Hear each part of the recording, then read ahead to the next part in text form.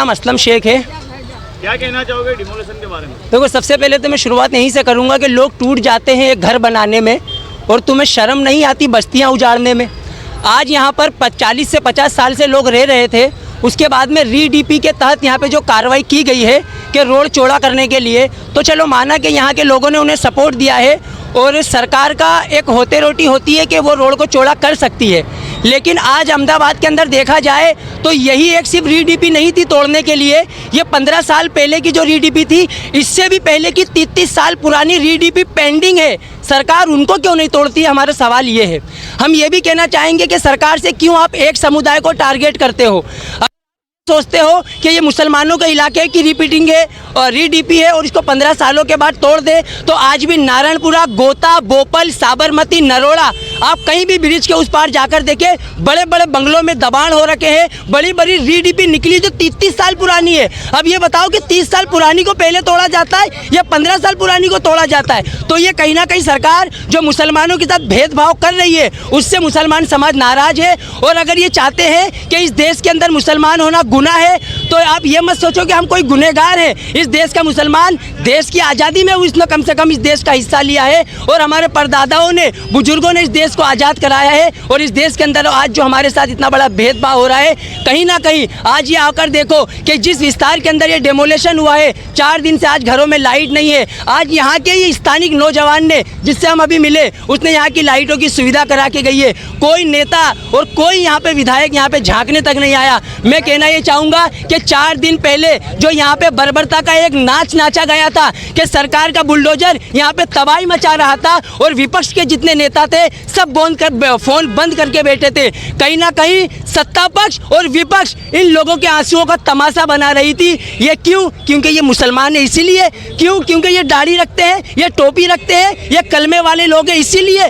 अगर आज यहाँ का बीजेपी का एमएलए अगर ये कुशवाहा है, तो अगर ये, मैं कुशवाहा जी से भी कहना चाहूँगा कि आप किसी एक समुदाय के विधायक नहीं है, आप हिंदू, मुस्लिम, सिख समुदाय सबकी शपथ लेके विधानसभा में जाते हैं, तो कम से कम आपको यहाँ पर आना तो था, यहाँ पर लोगों के हालचाल तो पूछने थे। आप ये साबित करना चाहते हो कि जो बीजेपी का एमएलए होता है वो सिर्फ एक समुदाय का एमएलए, आपकी पार्टी मुस्लिम विरोधी पार्टी है, ये आपने साबित कर दिया।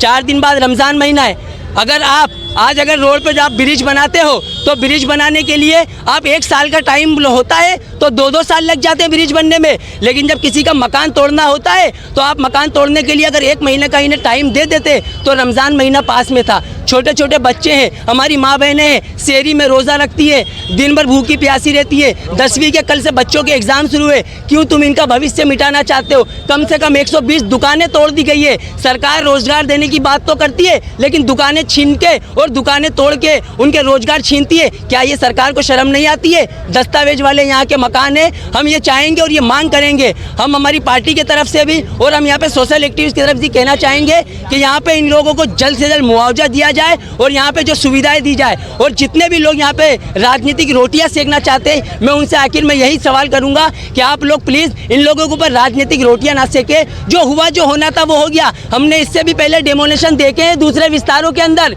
वहाँ पे घर्षण भी होते देखा है। लेकिन ये मुसलमान शांति प्रिय समुदाय है। उसकी मिसाल ये है कि लोगों के आशियाने छीन लिए, लेकिन किसी ने भी आकर किसी का सामना नहीं करा, न सरकार के खिलाफ न पुलिस के खिलाफ। ये मुसलमान समाज की सोच है। और दूसरे इलाकों में आप जाके देखिए, बुलडोजर फैला के वहाँ पे घर्षण होता है पुलिस के साथ में, वहाँ पे पत्थर मारे भी हमने सुने। लेकिन मुस्लिम समाज ने आप लोगों के साथ ऐसा नहीं किया, वो लोग खुद खड़े हो के घरों को तोड़वा दिए। लेकिन आज हमको इसका बदला क्या मिल रहा है? यही कि आज एक 7 साल की बेटी को मलबे के ऊपर सोना पड़ रहा है।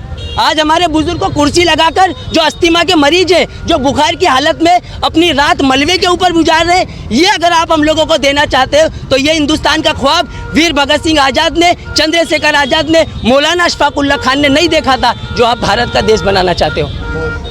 बना रखा है, बराबर है। हमको सिस्टम फॉलो करना है, बराबर। अगर सरकार सिस्टम को फॉलो करे तो ये इतने सारे इश्यूज जो होते हैं वो बनने की जगह ही नहीं है, बराबर है। सरकार सिस्टम को फॉलो नहीं करती और सिस्टम के अगेंस्ट काम कर रही है, बराबर है।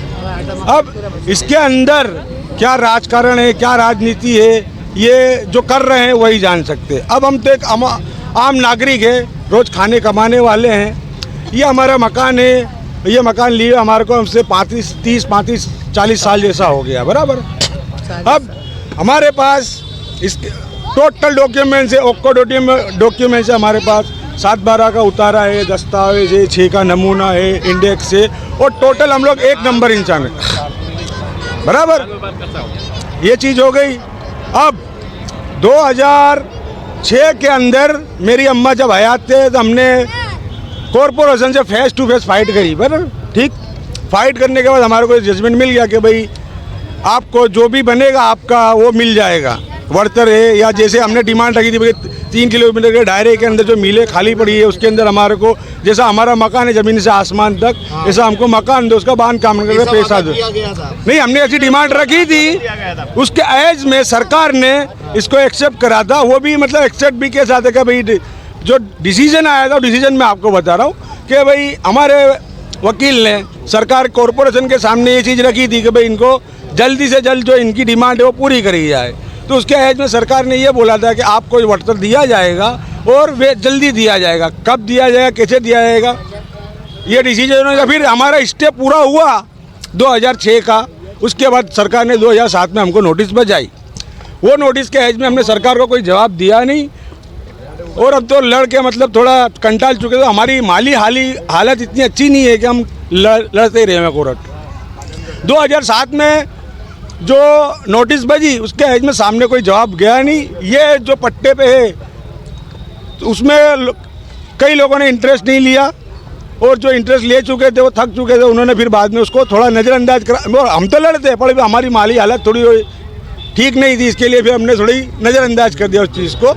अब उसके बाद अभी ये लोगों ने इसके पहले भी नोटिस बजाई तो उस पर भी तवज्जो दिया नहीं, कोई लड़त के लिए गया नहीं, बोला नहीं, संप हुआ नहीं।